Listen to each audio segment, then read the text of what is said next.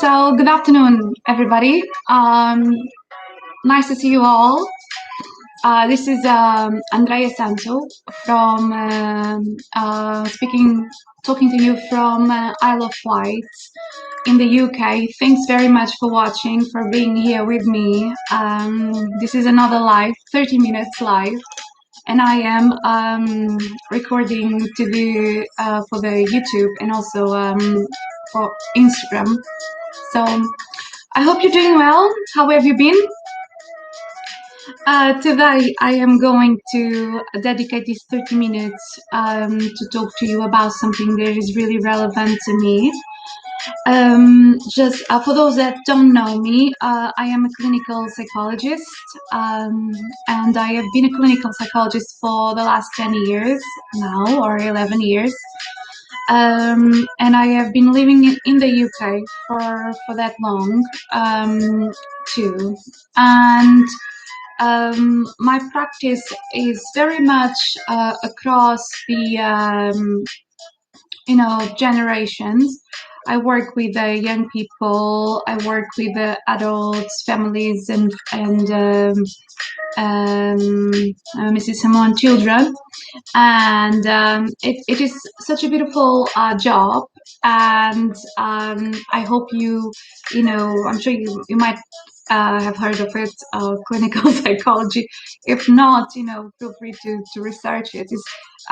Is quite important profession, I think, nowadays, especially because of many people struggling with different difficulties, emotional difficulties, including possible anxiety, depression, or many other more severe difficulties, if you like. So psychology is for everybody. It's not just for people that struggle. So, but it's also a discipline that comes from philosophy. So it is basically philosophical discipline or profession, and that has been validated by research. And yeah, I do value philosophy a lot. I've said that many times in many videos that my thinking and comes from those times, as well as psychology itself, as well as many other professions like sociology. And I think we need to be really grateful to teachers, ancestral teachers, for what they have left us. They have left us with many billions and tons of interesting learning. And um, so today's session is about attention, and the title is Attention, What is it for? And what is the purpose of paying attention? So, in my view, I am very inclined to understand life through the eyes of science. So, not I always go for impartial, neutral, and unbiased information, because I think the world is full of biased thinking. um, and that's not necessarily always bad. It's work in progress. It's something that I think people are becoming very mindful of, and they try to definitely do more thinking about it. And I think number one thing that needs to happen is that people become really easy about listening to one another. It's only through listening to one another that we can fully be ourselves, really. Because you can start by, imagining, if a person is not able to listen to another person, why do you think that's happening? Perhaps the person that is not able to listen to another person has some hyperactive thinking going on for themselves, or some heightened anxiety or some stress. or some eagerness and hurry to please someone. So I like to analyze these particular details in the of our existence, because these particular details are what defines us. In a video that I've made, very as usual, I have made many casual videos and very spontaneous, because I've understood from my profession. I think I have been able to understand that formats are not that very healthy sometimes. You know, if a format makes you um, anxious or makes you feel like you have to follow the format in order to be better or to be someone that will be recognized, there is something really wrong about that, right? Because a format shouldn't define human existence. A format should maybe be something that is functional and it is pragmatic, and it should not define who you are and who I am and what we could be. So, the attention element is a crucial aspect that I've come to understand and realize that most people tend to not value. So most people tend to not value the attention aspect of human existence because they are more focused on their task, on tasks and chores that they need to achieve. But if you study attention and if you pay attention to the benefits of attention, you will value that quality in yourself first, and also you will start nurturing that quality on other people. And how nice is it really to give attention to someone or receive attention from someone? How nice is that? I'm sure you have realized that it is quite nice when someone gives you attention, and I've realized that too, and it's really beautiful and pleasant. Um, so, in my view, it's important that we need to focus sometimes from the particular to the general. We should always have these two um, aspects of our attention ready, and it's almost like we should have these aspects um, on the tip of our heads. And this is what I do. So I think about um, when I'm examining something or myself, because it's through examination that we choose how to react. There are many people out there that sometimes they just feel so rushed and so anxious and so overwhelmed that basically they tend to kind of rush to the next segment of their experience without punctuating their current experience. And of course there is a common narrative. It's a common narrative around that of not punctuating the the now. So as you go through life, and if you only succumb to the urge of expressing without remembering how does that experience feel like, and how it is, how much is relevant for you or not, um, you will definitely not benefit from the entire experience.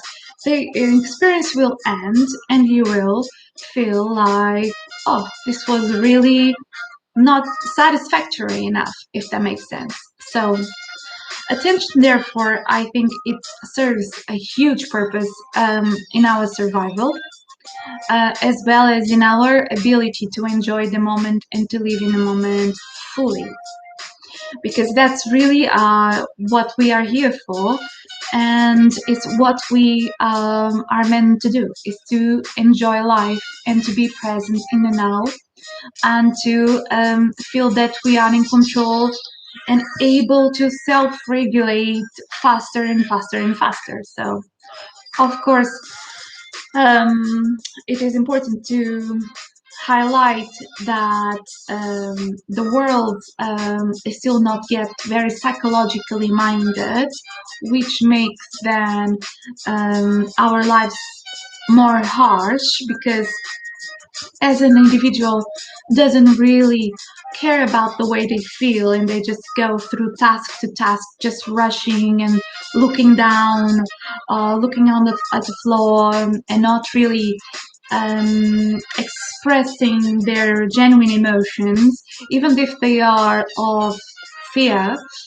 As individuals learn to basically deflect those real emotions, and kind of neglect them, they have in a way internalized that, and this makes people feel that they can't understand or express or verbalize the way they feel. And what is it, anxiety really, or depression, if not that element of many things compiled together, and many things all intertwined, and making you feel really drained, tired, and overwhelmed. So anxiety is exactly that. So neuroscience has helped me a lot on a personal level, as as I think about my neurology and my neural pathways. And I think about my ability to sustain focus, attention, and a positive narrative, and a positive environment for me to kind of to reason. I have been able to practice and to train that in me. So I have not been always like that. I have rushed a lot in my thinking before too. I think most people do, and because of the world not being very psychologically led yet, or minded, we all tend to do. But I've learned with neuroscience that as I pay attention to me and to the present moment, to the way I feel, and I have the desire, eagerness to expand that, feel motivated to learn more. Of course, I have become way more satisfied in my personal life, in my work life, in my social life. I hope this is making sense so far, and thank you guys for watching. I'm glad that background music is of your interest. Very well. So I need to just say that I have been exploring for quite a while belief systems. Belief systems that are the things that you believe in, and they are the things that basically when you are born you tend to absorb, and you don't really reflect about it.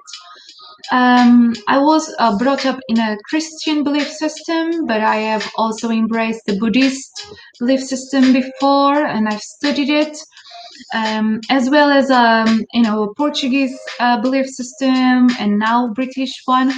So belief systems are, is like a culture, assumptions, ideas that basically people feel that they need to identify with in order to feel quite integrated. However, in that, there is a pitfall, because if you identify with a belief system, as much as you can sympathize with it and you can find resonance within you, by actually identifying with it, you will feel um, that you are it as well. So if people identify strongly with particular trends, they will feel really bad if they are not following that particular trend. And and this will affect your ability and everybody's ability to feel self, to feel authentic. You can be authentic and to feel that you can be unique and yourself. Someone is asking a very good question. Is this concept universal, non-gender oriented? Yes, indeed it is. Attention is for everybody. Think about it. Attention is a concept, is not a concept, is a faculty of your mind, of my mind. And then we can choose to sustain it or to just deflect it in order to embrace other people's views, other opinions, or other religious, political, social beliefs and views, if that makes sense. So the concept of attention is definitely universal. It is good for everybody. It is equalitarian, and as much as certain genders or not have particular needs or psychological needs, interests, desires, equally they can make space for the other that is, equally entitled for to have their uniqueness, and in that way they will be, it's valid for them to also sustain their attention and or improve it and practice it. um, so um, so attention is good for what? Can you guys help me with that? What do you think attention is good for? I have a couple of suggestions here. One thing attention is good is for our survival. However, another question I would like to ask you is, how about our cells? The cells in our bodies. Do you think they pay attention? Do our cells pay attention within the body? What kind of reaction is happening in our biophysics all the time? How come cells are they know what to do, what they need to produce, and how to do it? Do they have, do they read books? Do they go to university? Do they, I don't know, do they need to worship someone in order to know it? Do they need to fall into belief systems or to follow any particular guidelines? Well, they actually have innate intelligence, and I believe that we mirror that. And the emotional state that mirrors that the most is happiness, joy, and self-control, self-regulation. Is definitely what mirrors our homeostasis, which is always kind, caring, quite tolerant, quite compassionate, and able to regenerate. So another aspect for you is that how does nature pay attention? How do you see nature paying attention? Do you see birds paying attention? Do you see trees paying attention? How do you, what do you see? What do they do? And they have a natural ability to slow down. They have a natural ability to basically be quite in the present moment. And when the birds are chirping and or the nature is developing, nothing is totally, they are not hurrying. They are not just moving from one thing to the other. They pay attention. And this is a quality that as human beings, is level number one quality to develop in order for us to sustain a self-sustainable life and to have a happy life. Otherwise, we are going to be making so many mistakes. So, indeed. Another important thing is that, do you think we get ourselves compromised if we don't pay attention as well? What gets compromised if you don't slow down, if you don't listen to yourself? What do you think it is? And um, and how is attention important in terms of our enjoyment as well? That's another question. And and feeling and transcending the stress, the anxiety around us.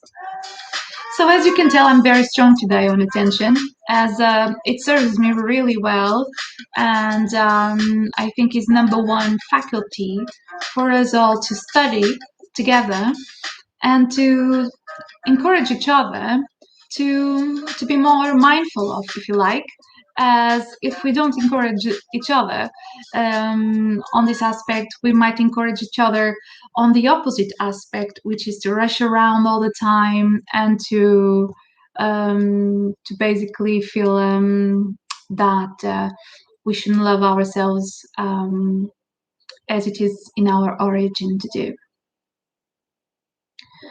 Okay, there's a question about the concept of female and male brain. A very interesting question. Can you elaborate, please? Can you say more? See if I can help you with that.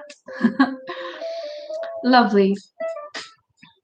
So, something really interesting as well. I want to bring, I think, female and male brain, they both are blessed with these faculties, right? And something that they need to do is definitely, what the cells do, what the cells of our body already do, is to examine when there are intruders. So, intruders are any other cells or any other toxins or toxic thinking that doesn't serve your homeostasis. How are we with that? Did we get very, clumsy about this? Are we getting lazy about that? Being aware of what is intrusion and what is not? Can we mirror more what our body already does? Because our cells, they need to do things like comparing information and adhering to the information that is most healthy for the body, and they have to reject as well, and they need to operate in a very sophisticated, innately they do way. Um, so those elements of examination, comparison, and rejection are equally valid. Are equally valid. Because if you don't do that, if you don't examine, you don't compare, and you don't reject things that don't serve you, then you will leave your body vulnerable, as well as psychology will be vulnerable.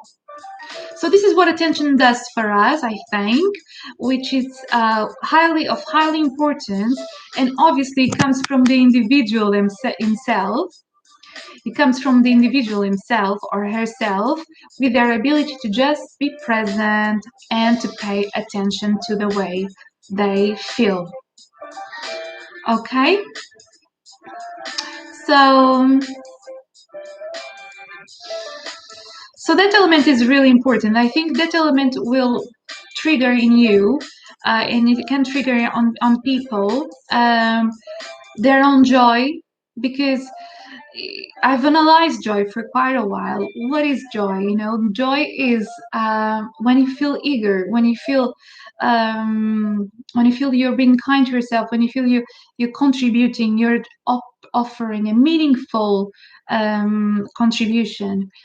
And sometimes most people, by default, what they tend to do is to basically look for the appreciation from the other instead of their own attention to the way they feel.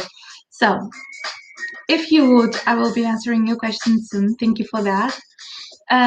If you will be, if you do something and you want to please, you're eager to please, and you just sit on the first stage of that action, which is waiting for the appreciation from the other, before you sigh, actually, this what I've just said made all sense to me. It's meaningful and it's quite relevant.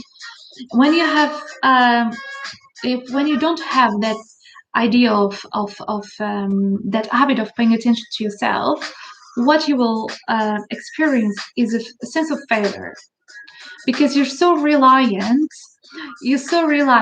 on the other for to feel good that you basically fail to value your own experience.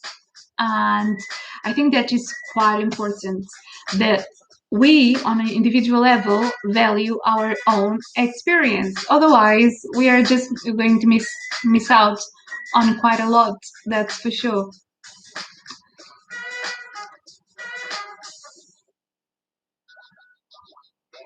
Okay, we have more questions there I need to answer. Very well, so I hope this so far made some sense. Now let's see what they want me to answer. Yes, women are more verbal than men. Interesting aspect you're bringing up that women are more verbal from in comparison to men. It's really interesting, and I do come across there's some studies that say that as well. Like there's more like tendency.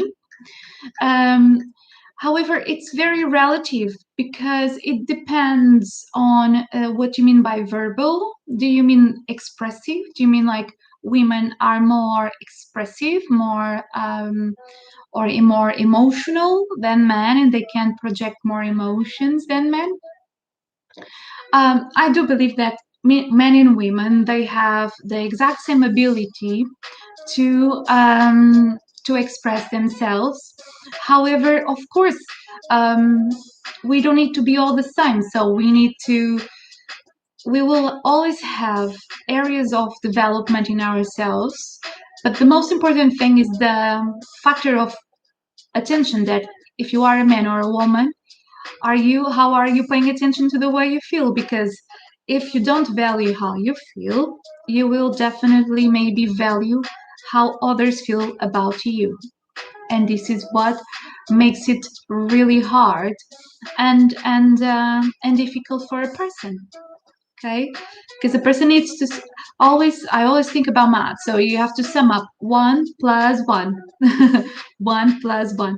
If you don't look at the first one and you jump to the second one, so it's a matter of sharing your attention, giving your attention for both ones, if that makes sense. So, because if we are too rapid and we hurry a lot, we will definitely not be able again to feel good in the present moment. We'll be just driven by anxiety and stress. Right. So this was it for today. Of course, it depends on many things, and of course, we would need to kind of have quite a lot of understanding in terms of each situation is different and it's very rich. So attention is important for every human being and for every animal, if you like. So that one is universal. We can't disagree on that one.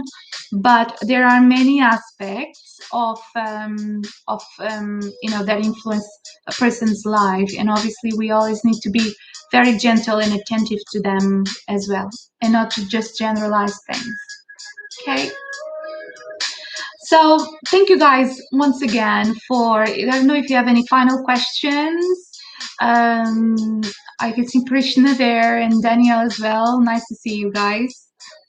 And my lovely friend as well that asked questions to this today.